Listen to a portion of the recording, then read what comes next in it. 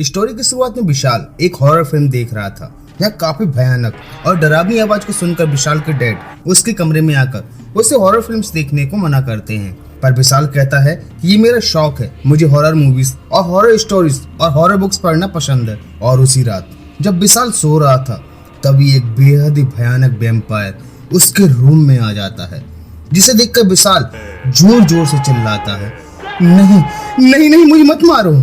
और वो वैम्पायर विशाल का खून पी जाता है और विशाल का सपना एक चीख के साथ टूट जाता है। चीख की आवाज सुनकर उसके डैड और नौकर आ जाते हैं और वो ये कहते हैं, ये सब नतीजा हॉरर मूवीज और बुक्स पढ़ने का है। आप सपने में भूत प्रेत दिखाई नहीं देंगे तो और क्या दिखेंगे। और अगले दिन स्वीटी अपने मामा को इमोशनल ब्लैकमेल करके विशाल से मिलने जाती है, जहाँ राहुल टूटी फूटी हालत में होटल पहुंचता है और अपने पिटने की दास्तान सुनाता है।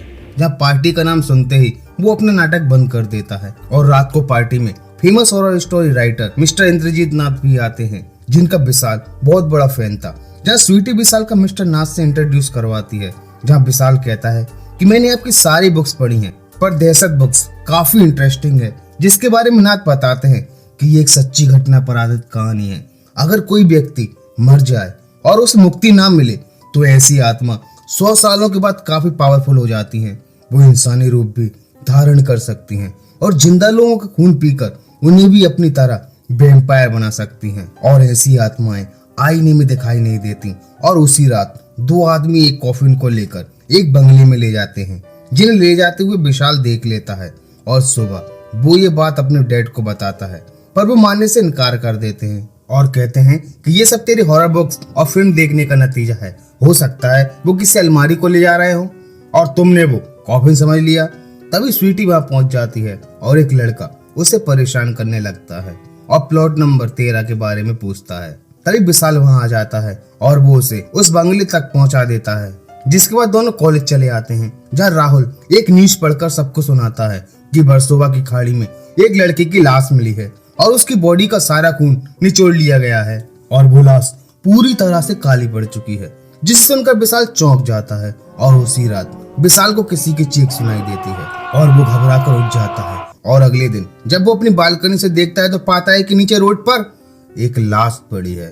जब वो जाकर देखता है तो पाता है कि वो लाश उसी लड़के की थी, जिसे उसने प्लॉट नंबर 13 का पता बताया था। जिसे देखकर वो काफी डर जाता है और घबराते हुए वहां से सीधा अपने कॉलेज जाकर अपने दोस्तों को बताता है। उसकी बातें सुनकर सब हंसते हैं, पर विशाल कहता है कि मैं ये 100% श्योर हूँ कि ये खून बंगला नंबर 13 के लोगों ने ही किया है। और वो ये भी कहता है कि मैं इसका पता लगा कर रहूंगा।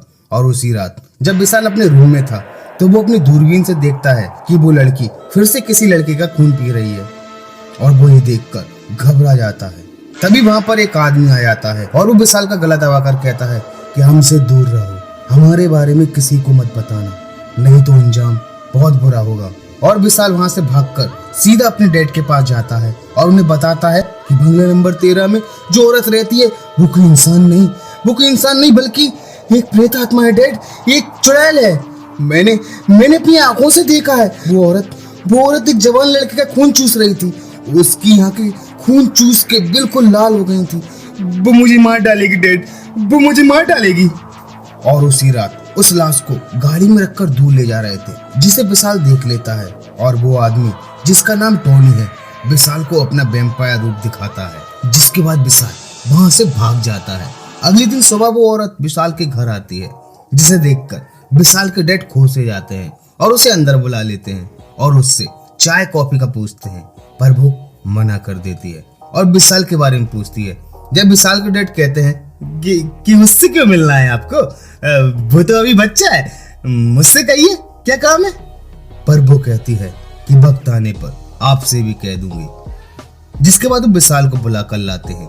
जब विशाल उस औरत को देखकर घबरा जाता है और कहता है कि इसे यहाँ से भगा दीजिए डैड, ये एक प्रेतात्मा है, एक चुड़ैल है। जहाँ विशाल के डैड कहते हैं, इतनी खूबसूरत औरत को तुम प्रेतात्मा चुड़ैल कह रहे हो, चलो इसके पास। जहाँ विशाल के डैड कहते हैं कि ये आपसे डरता है, कहता है कि आप एक प्रेतात्मा है, एक चुड़ैल है।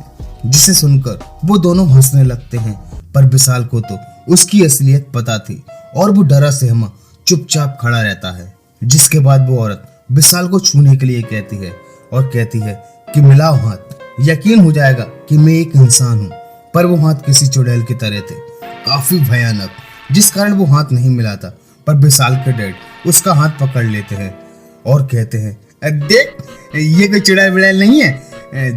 जिसके बाद वो विशाल को अपना रूप दिखाकर वहां से चली जाती है। जिसके बाद वो अपने दोस्त राहुल को कन्विंस करता है कि ये सभी खून उस बंगले की औरत ने किए हैं और वो ये जाकर पुलिस को बताने की बात कहते हैं। और उसी रात वो सभी पुलिस को लेकर उसी बंगले में पहुंच जाते हैं, जहां वो पुलिस वाला कहता है कि विशाल कह रहा है कि ये सारे खून आपने किए और एक लाश को कार की डिग्गी में रखते हुए भी विशाल ने देखा है, क्या ये सच है? पर वो सभी इसे मानने से इनकार कर देते हैं। तभी विशाल कहता है ये एक भटकती रूह है, प्रेतात्मा है, एक चुड़ैल है इंस्पेक्टर साहब। जिसे सुनकर वो पुलिस वाला भड़क जाता है। जिसके बाद वो वहां से चले जाते हैं और अब हर रोज लड़कों को लेकर आना, उनका खून चूस कर उन्हें मार डालना, यह अब रोज का काम हो चुका था। जब विशाल को ख्याल आता है कि चाहे कोई भी मेरी बात ना सुने, पर मिस्टर नाथ जरूर मेरी बात पर यकीन करेंगे। और अगले दिन वो मिस्टर नाथ से मिलता है और सारी बात बताता है, जिसे सुनकर मिस्टर नाथ भी चौंक जाते हैं और वो भी काफी डर जाते हैं और वहां से चले जाते हैं। और एक रात जब विशाल और स्वीटी कहीं से घूम कर आ रहे थे, तो वो देखते हैं कि टॉनी एक लाश को बोरे में बंद करके गाड़ी की डिग्गी में रख रहा है। जिसे देखकर विशाल कहता है कि तुम कल के अखबार में पढ़ लेना। और सुबह वो खबर अखबार में छप जाती है, जिसे पढ़कर स्वीटी भी चौंक जाती है और वो ये बात अपने सभी दोस्तों को बताती है। जिसके बाद वो सभी दोबारा से मिस्टर नाथ से मिलने जाते हैं, जहाँ स्वीटी मिस्टर नाथ को उसी औरत जिसका नाम नकीता है उससे मिलने के लिए कहती है। मिस्टर नाथ मान जाते हैं और नकीता से मिलने चले जाते हैं, जहाँ मिस्टर नाथ नकीता से कहता है कि विशाल समझता है कि आप एक प्रेत आत्मा हैं, इसका शक दूर कर दीजिए, ये लीजिए हॉली वाटर, इसको पी जाइए। पर नकीता उनसे दूर चली जाती है, जिसे देखकर विशाल कहता है देखा आपने हॉली वाटर का नाम सुनते ही वो दूर खड़ी हो गई। पर जैसे ही 6 बजते हैं वो उस पानी को पी जाती है।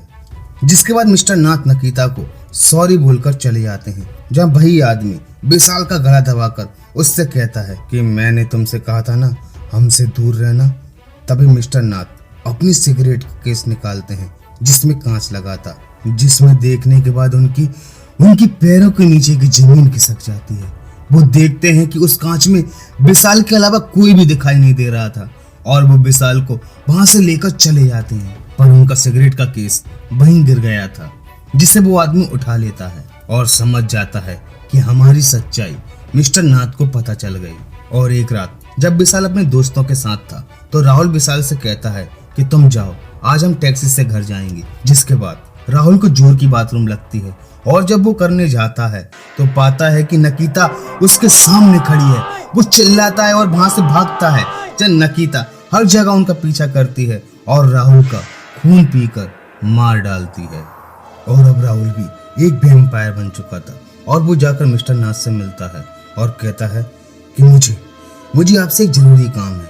और वो कहता है कि विशाल और आप नकीता का राज जान चुके हैं और मैं भी उनका शिकार हो गया हूँ, ये देखिए, और अब आपको भी मरना होगा। और वो मिस्टर नाथ पर हमला कर देता है, जब मिस्टर नाथ पवित्र ओम को उठाकर राहुल के सामने कर देते हैं, जिससे वो तड़पता है और पवित्र ओम का कीला राहुल को मार देते हैं और वो वहां से गायब हो जाता है। जिसके बाद मिस्टर नाथ विशाल से मिलने जाते हैं, जब वो विशाल के पिता से कहते हैं कि विशाल से कहिए कि वो रात को घर से बाहर न निकला करे और रूम के खिड़की दरवाजों को रात को बंद करके सोया करे। आपके सामने वाले बंगले में प्रेत आत्माएं रहती हैं, उसकी जान को खतरा है। जिसे सुनकर मिस्टर सक्सेना भड़क जाते हैं और कहते हैं ये सब आपकी किताबों का नतीजा है। तभी विशाल वहां आ जाता है, जहां वो बताते हैं कि राहुल भी उनका शिकार हो गया है। जिसे सुनकर विशाल सदमे में आ जाता है। वही रात को विशाल और स्वीटी के सामने नकीता आ जाती है और वो विशाल को हिप्नोटाइज कर अपने साथ ले जाती है और स्वीटी घबराते हुए मिस्टर नाथ के घर जाती है और उन्हें विशाल को बचाने के लिए कहती है। पर मिस्टर नाथ नहीं मानते, पर काफी मनाने के बाद वो तैयार हो जाते हैं। वही दूसरी तरफ विशाल अपने होश में नहीं था और नकीता उसके साथ।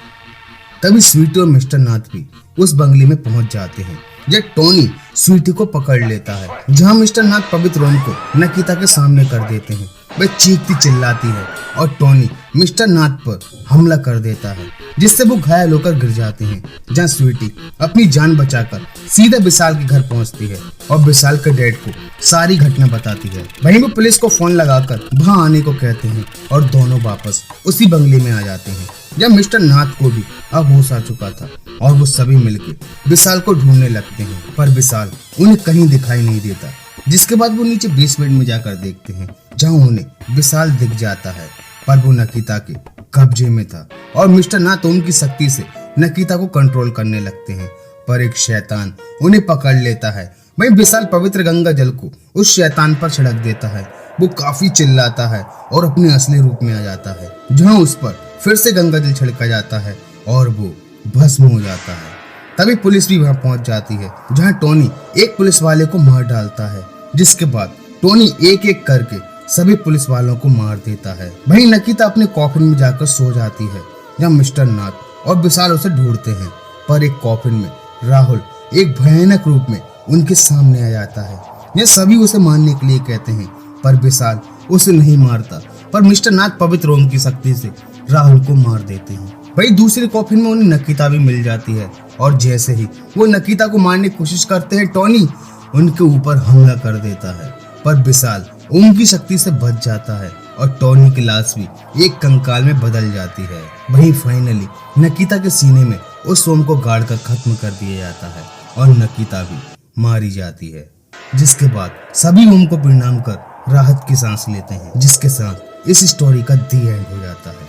तो दोस्तों, अगर आपको जी हॉरर और फियर फाइल्स पसंद है तो इस चैनल को सब्सक्राइब कीजिए। वीडियो पसंद आया तो इसे लाइक और शेयर भी कीजिए। अगर आप कुछ कहना चाहते हैं तो कमेंट्स भी कीजिए। And thank you so much for watching this video.